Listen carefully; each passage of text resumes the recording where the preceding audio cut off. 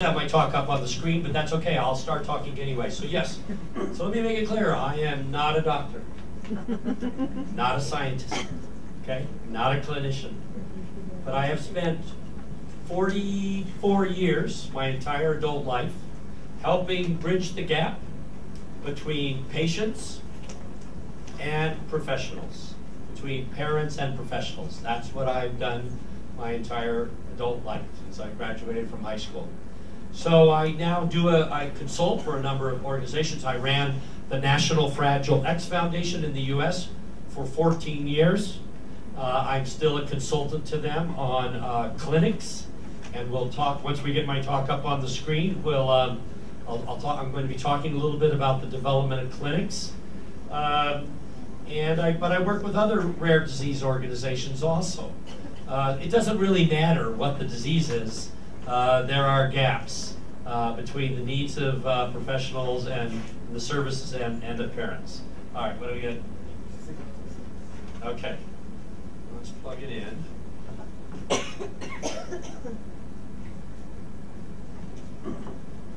Touchy-feely kind of stuff, we always get the short end of the stick.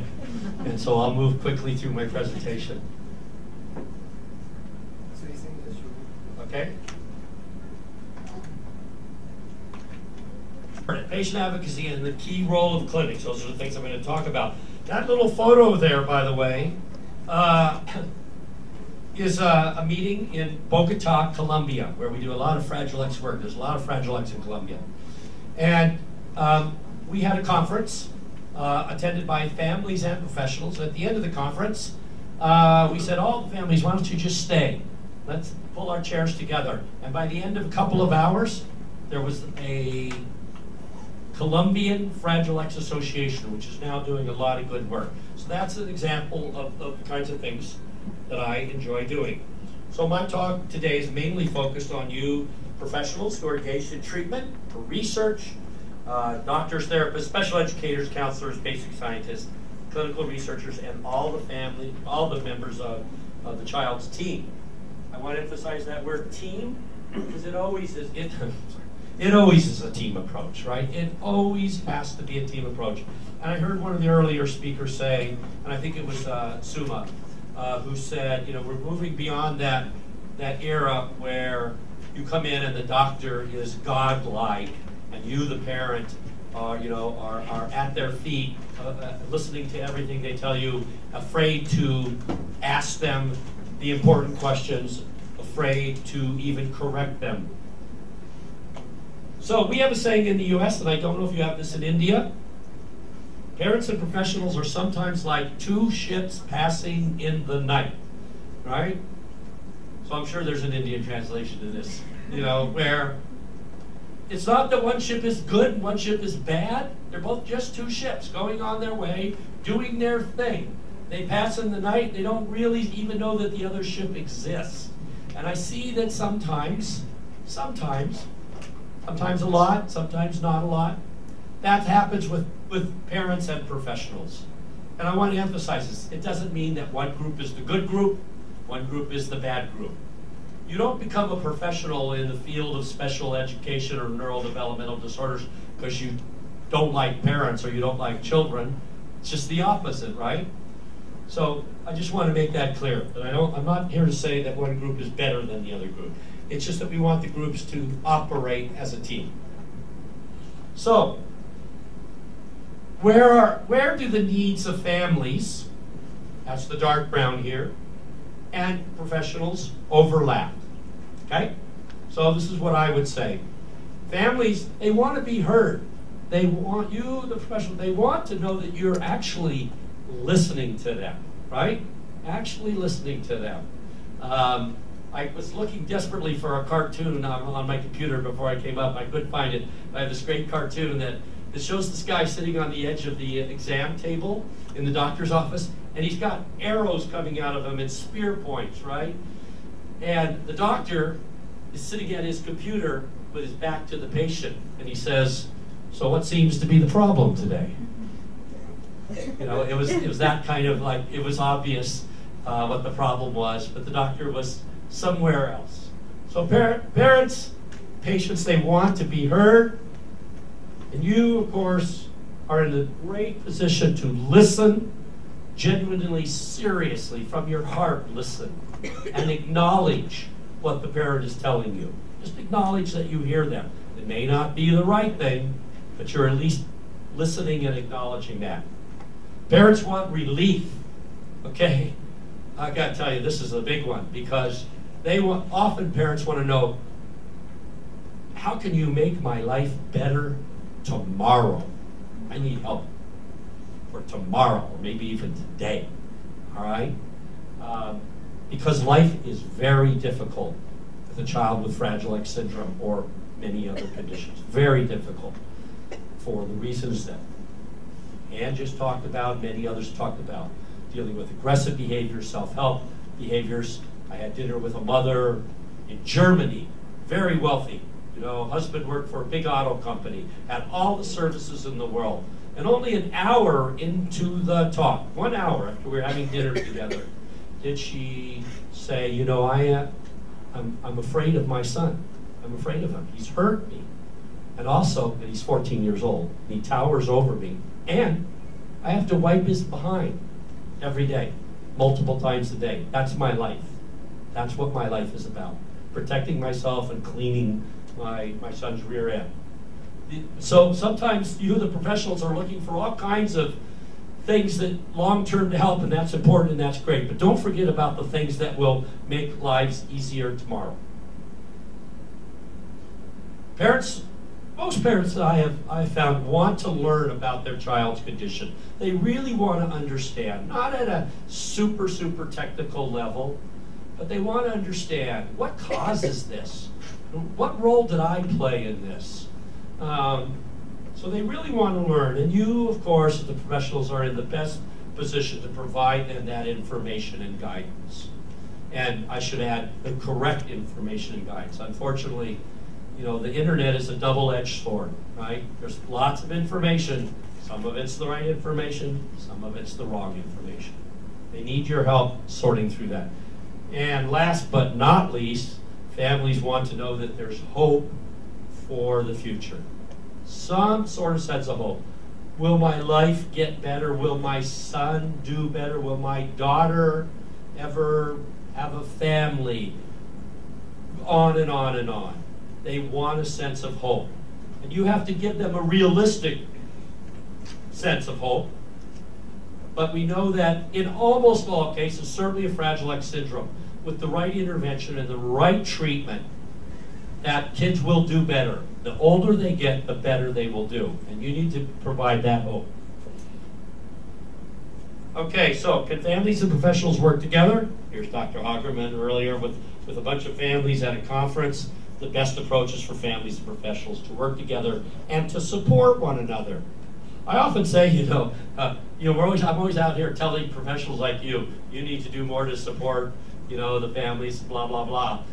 And that's true, you do, But sometimes parents need to understand the pressures that you operate under. Not that you're the patient, but sometimes they need a realistic understanding about how many patients you're required to see every day, those kinds of things. All right, not excuses, but just so they have a realistic sense. All right, so we're going to talk a little bit about private, nonprofit, patient advocacy, NGO organizations, all those names, different parts of the world, different names. So the Fragile X Society that has organized this incredible India Fragile X Awareness and Education Tour is an example. So first and foremost, families are the focus of those organizations. Families. They advocate for the families in many, many different ways. But once they've mastered doing that, the organization can grow and become more sophisticated and begin to work with the government. And I'll talk in the next slide, I'll show you some examples of that. They can also begin to engage the educational and research institutions like this very one that we're at today. They can also engage doctors and therapists, educators, counselors who are not part of an institution like this, who are just out there doing private practice or at small clinics. And not to forget the drug companies and the diagnostic companies.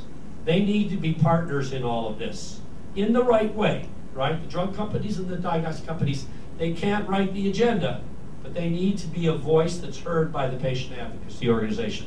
So in the US, this is what we did with that. This is the organization that I ran for 14 years and that now I'm a consultant to.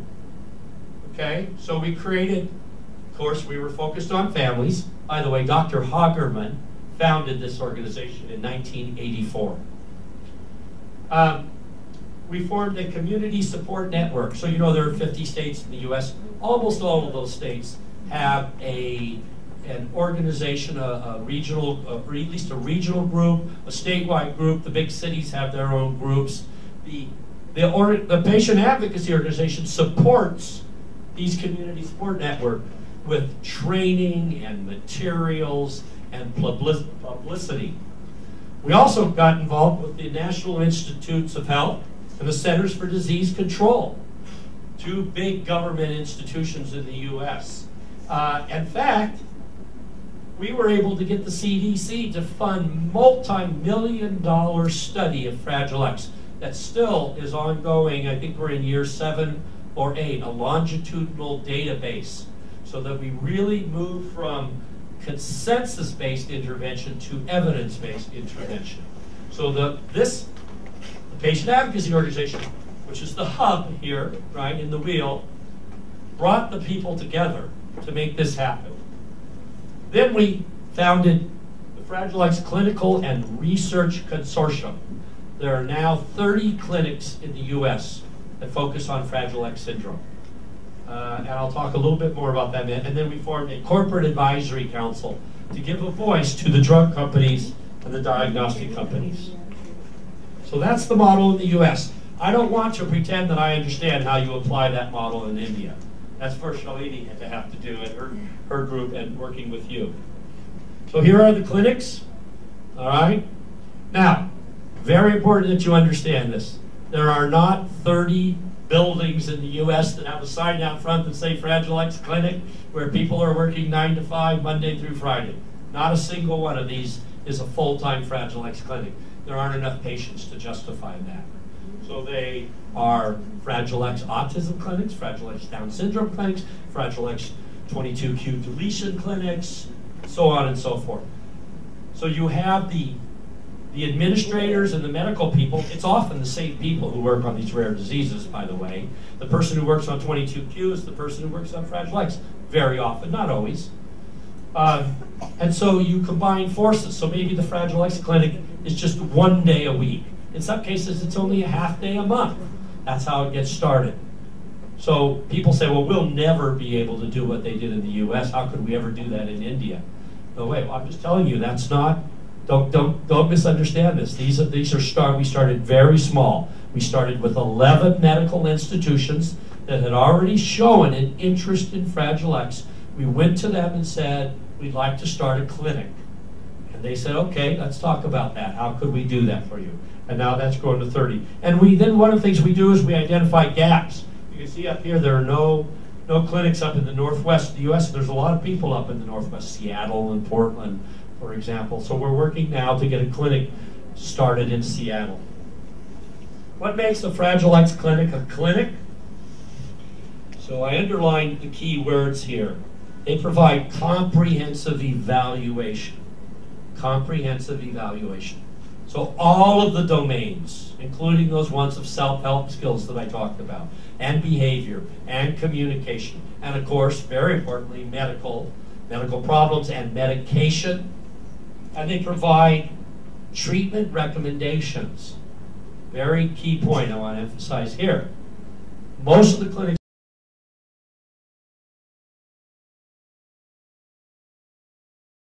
are not providing ongoing treatment.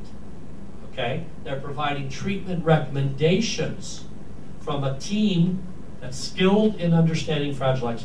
The parents take those recommendations home to their town, their village, whatever the case may be, and they give them to the people there who provide the month-to-month care or the day-to-day care in the case of education. Sometimes the family lives in the big city where the clinic is, yes, they are getting ongoing treatment at the clinic. but most of the time they're getting treatment recommendations. Sometimes the family will go to the clinic once a year or once every 2 years to get the recommendations updated. Or they might not have a speech and language therapist. So the clinic says, okay, we'll refer, we know speech and language therapists, we know behaviorists, we know OTs who know about Fragile X, here's the information. They don't say, your child really needs to see a behaviorist, good luck. Okay? They say, here is the phone number, name and phone number of a behaviorist who's already knowledgeable about Fragile X. That's, again, key point there. And many of the clinics work together then, band together in collaborative research efforts, including that CDC-funded longitudinal database, natural history database. How do clinics get started? It takes someone like you, all you guys out there, to be a champion who's willing to work with the hospital administrators, right? I'm an administrator, so I don't want to badmouth administrators, but you know how administrators are, where are we going to have the clinic? All right, we don't have enough people. We don't have enough money. There's a million reasons why you can't have a Fragile X clinic. I understand that. I'm an administrator. But you need somebody who comes along and says, well, here's how I think we could make it happen. One of the things they often want to know, is there a sufficient patient population to justify the existence of the clinic? And the Patient Advocacy organization can help provide those numbers to the administrators. So, and as I already said, you want to combine forces with already existing clinics. Very common to combine with the autism clinic because autism is more prevalent. The Fragile X people will often go to the autism people, say, hey, could we have an Fragile X clinic as part of the autism clinic? Then I want to talk really quick about parent support. How am I doing? Do I need to shut up and get out of here? 5 minutes. Okay, 5 minutes. I can do this. What is parent support? Okay, we got to ask the parents, right? So I have 3 kids, and my kids grew up with 2 friends. They don't have Fragile X. They grew up all through preschool, all the way through high school with 2 friends who have Fragile X syndrome. But no matter what I do, try as hard as I might, I will never, ever, ever, ever understand what it is like to be the parent of a child with Fragile X syndrome. And I will never pretend that I do. So I just want to remember that, you to remember that. I also find that sometimes a parent's needs are much more simple than we think. We always look for complicated answers, right? For complicated problems, and sometimes a parent just wants to know, where is the clinic? How do I get there? Is there a bus? Many parents of kids with Fragile X can be anxious. The idea of going to a big city, going to a hospital, going in the front door, finding the clinic is overwhelming. They're not going to do it. All right, they need some help. They need reassurance, simple, a map, somebody who meets them at the front door. Okay, little simple things like that. Okay, sometimes they just want somebody to say, "This isn't your fault. You didn't do something wrong. You didn't eat something when you were pregnant that caused this." But sometimes the parents' needs are much more complicated than we could ever imagine. And that's when the family relationships are just shattered by the diagnosis. When people start pointing fingers at each other. The grandparents say, this isn't real. You did this. And the sister says, I'm not a carrier. And all those things that go on that destroy family relationships. And you, the professionals, have to provide some help in that area. Parent to parent, most parents in a national study in the U.S. showed this. Most parents, first and foremost, they want to talk to other parents. They want to talk to someone else who's been on the journey, as we would say, the Fragile X journey. Okay? And so that you, the professionals, can bring them together. You have to, of course, always respect privacy. But if you're seeing a patient with Fragile X and you saw another patient with Fragile X, you could always say, I know this other family. They have a son about your son's age. How would you feel if I gave them your phone number? How would you feel if they called you? Would that be okay? All right? Just that little act right in itself could change the course of that family's journey. And it's especially in the emotional domain that families want to talk to other parents. why parent support is important, pretty obvious, I'm sure, to all of you. So I've already talked about some of these things. Yep, I've already talked about all that, so we'll move on. So there are different models of parent support, and parent-to-parent is what I've just been talking about, but there are also groups that are led by parents. These tend to be maybe parents who have some training in group facilitation, or comfortable doing that kind of thing. But there can also be professional-led groups that can be very helpful too. So sometimes all of these things are a good approach, not just one or the other. Okay, so we're not going to do this, okay, but we are going to just talk about why parents don't get involved. And I hear this complaint all the time about patient advocacy, NGO organizations say the parents, they won't get involved. And in my experience, these are some of the reasons. They're afraid of the depth and intensity of their own feelings, okay? They're uncertain about what might be expected of them if they participate. I don't know about you, but the first time I ever had to talk in front of a group, my hands were shaking and I was sweating. And can you imagine a parent and they're going to go to a group, are they going to make me stand up and talk about, So they need reassurance that, no, you don't have to do that if you don't want to. In some cultures, there's the feeling that and these last 2 points combined, there's shame and the feeling that one's family should take responsibility for one's family problems. You should never seek the help of outside professionals. So, you're in better position than me to tell me what applies in India. My last slide. So, I've experienced this firsthand many times. One child, one parent, one couple, one family at a time. You make a difference. For each person you help, you increase the likelihood that they in turn will help another person. And here, by the way, is and I did not put this up just because I came to India. This has been on my wall in my office for 25 years. So this is the poem by the famous Indian poet that has guided my career. So if those of you in the back who can't read it, I slept and dreamt that life was joy. I awoke and saw that life was service. I acted and behold, service is joy. Thank you for letting me do that.